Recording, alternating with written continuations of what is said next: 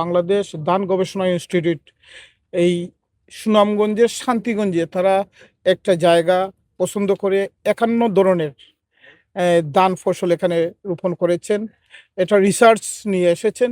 এর জন্য আমি সুনামগঞ্জের শান্তিগঞ্জের পক্ষ থেকে এই সুনামগঞ্জবাসীর পক্ষ থেকে ওনাদেরকে ইনস্টিটিউটকে ধন্যবাদ জানাই। এটার মাধ্যমে আমি মনে করি সুনামগঞ্জের মানুষ কৃষি এবং ধানের উপর নির্ভরশীল। এই হিসাবে আমাদের এটা অত্যন্ত প্রয়োজন। আজকে ওনার সাথে আমি কথা বললাম, ওনারা যে ওনার টিম যে ওনার সাথে কথা বললাম, ওনারা যে আন্তরিকভাবে এই যে শুধু জব হিসাবে নয়, এটার মধ্যে একটা আন্তরিকতা আছে, ভালোবাসা আছে। আমি তাদের কথার থেকে বুঝেছি, তাদের কাজ থেকে বুঝেছি। আমি মনে করি আমি ওনাদেরকে বলেছি তাদের পুরোপুরি কাজ শেষ হওয়ার পরে এই যে ৫১ ধরনের প্রত্যেকটি কতদিন সময় লাগে এবং কিভাবে এই ধানটা বেশি আরও ফলন করা যায়, কোনটা করলে আমাদের এই এলাকার জন্য উপযোগী, কৃষকরা এটা বুঝতে পারলে তাহলে যে কৃষক এক কেয়ার জায়গার মধ্যে যদি ২০ মণ হয়, তাহলে ওনাদের মাধ্যমে রিসার্চের মাধ্যমে বোঝা যাবে কোনটা ২৫ মণ কীভাবে হয়, এই জিনিসটা বের হয়ে যাবে। আমি ওনাদেরকে বলছি এটা সুন্দর উদ্যোগ, মহতি উদ্যোগ। এটা শুধু জগন্নাথপুর বা শান্তিগঞ্জের নয়, সুনামগঞ্জের, এটা সারা বাংলাদেশের জন্য এটা এফেক্ট করবে। আমি মনে করি একটা সেমিনারের মাধ্যমে আমাদের কৃষক যারা আছে তাদেরকে নিয়ে, কৃষক ভাইদেরকে এটা এক্সপ্লেন করতে হবে, বোঝাতে হবে। এবং আগামী বছর আমি মনে করি আমাদের ফসল এইটা যদি ফলো করি তাহলে এর চেয়ে দ্বিগুণ হওয়ার একটা সম্ভাবনা আছে পর্যায়ক্রমে। আর যেটা বলতেছেন মেশিন কাজ করতেছে না, গভর্নমেন্ট কিন্তু আমরা কিন্তু এখানে তেল পাওয়ার যায় যে বিষয়টা আমরা সর্বোচ্চভাবে দেখছি এবং দেওয়া হচ্ছে। এটা কিছু কিছু মানুষ যেটা বলতেছে, এটা আমি বলবো এটা একটা নেগেটিভ প্রপাগান্ডা করতেছে, কিন্তু আসলে সবাই পাচ্ছে। আলহামদুলিল্লাহ এখন পর্যন্ত এবার শুরু থেকেই একটা আতঙ্কের মধ্যে কৃষকরা ছিলেন। এই আতঙ্কমুক্ত আল্লাহর রহমতে এখন পর্যন্ত আছে। আমি মনে করি আমরা বলেছি এই ধান কাটা শেষ হবে ইনশাল্লাহ, এও তার স্বল্প কয়েকদিনের মধ্যে শেষ হবে। এরপরে আমরা শুকরানা একটা দোয়া করব। আমি বিশ্বাস করি আলহামদুলিল্লাহ আল্লাহ যেহেতু এতটুকু পর্যন্ত আনছেন, আমরা ভালোভাবেই ধান কাটা সম্পূর্ণ করতে পারবো। কৃষি নিয়ে আজকের যে পরিকল্পনা, এর চেয়ে বড় পরিকল্পনা, ৫১ রকমের ধান এখানে ফসল হচ্ছে, কোনটা দ্রুত গতিতে হবে, কোনটা একবারের জায়গায় দুইবার মানে এক ফসলি ২ ফসলি করা যাবে, ৩ ফসলি করা যাবে। আমাদের নেতা মাননীয় প্রধানমন্ত্রী তারেক রহমান আমাদের নির্বাচনের আগে বলেছেন আমরা এক ফসলি জমিন যেখানে ব্যুরো ধান হয়, আমাদের ব্যুরো ধানের উপর আমরা নির্ভরশীল। আমরা বাংলাদেশের মানুষ, উনি বলছেন বাংলাদেশের জনগণ বাড়তেছে, জায়গা তো জমির পরিমাণ বাড়তেছে না, তাই আমরা কি করব, আমরা এক ফসলি জমিকে ২ ফসলি করব, ২ ফসলি জমিকে ৩ ফসলি করব।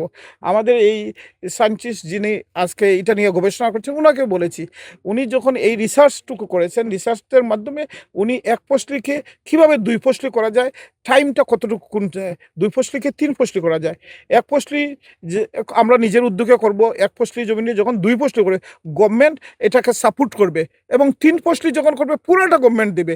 এটা আমাদের বিএনপি সরকার এবং মাননীয় প্রধানমন্ত্রী তারেক রহমানের এটা কমিটমেন্ট, আমরা করবো ইনশাআল্লাহ।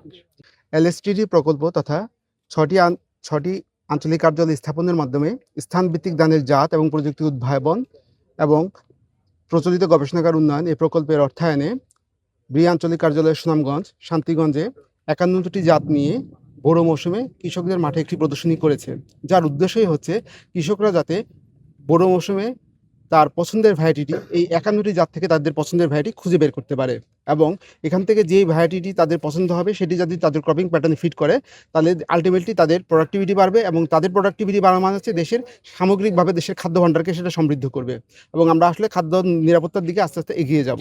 পাশাপাশি আমরা এখানে ইকো ইঞ্জিনিয়ারিংয়ের কাজ করেছি, যার উদ্দেশ্যই হলো আমরা কম বালাইনাশক ব্যবহার করে স্বাস্থ্যসম্মত উপায়ে মানে আমরা নিরাপদ খাদ্য উৎপাদন করতে পারি।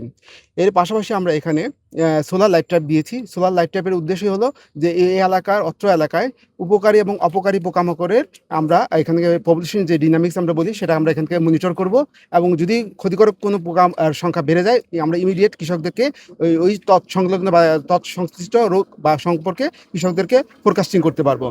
এছাড়াও আমরা এখানে এই বড় মৌসুমে আমরা এলএসটিডির অর্থায়নে ৮৮টি প্রদর্শনী করেছি, যেখানে বিড়ির জনপ্রিয় জাতগুলোকে আমরা কৃষকের মাঠে নিয়ে গিয়েছি, এবং উদ্দেশ্য হচ্ছে যাতে এই জনপ্রিয় জাতগুলোর ফলন দেখে কৃষকরা তাদের মাঠে যদি এই জাতগুলো চাষ করা উদ্বুদ্ধ হয়, আলটিমেটলি তাদের ফলন বাড়বে, এবং তাদের ফলন বাড়া মানে হচ্ছে এই হাওরের ফলন বাড়ে, সেটা দেশের খাদ্য সম্পর্কে বা খাদ্য সম্ভাবনার দিকে আরও এগিয়ে নিয়ে যাবে।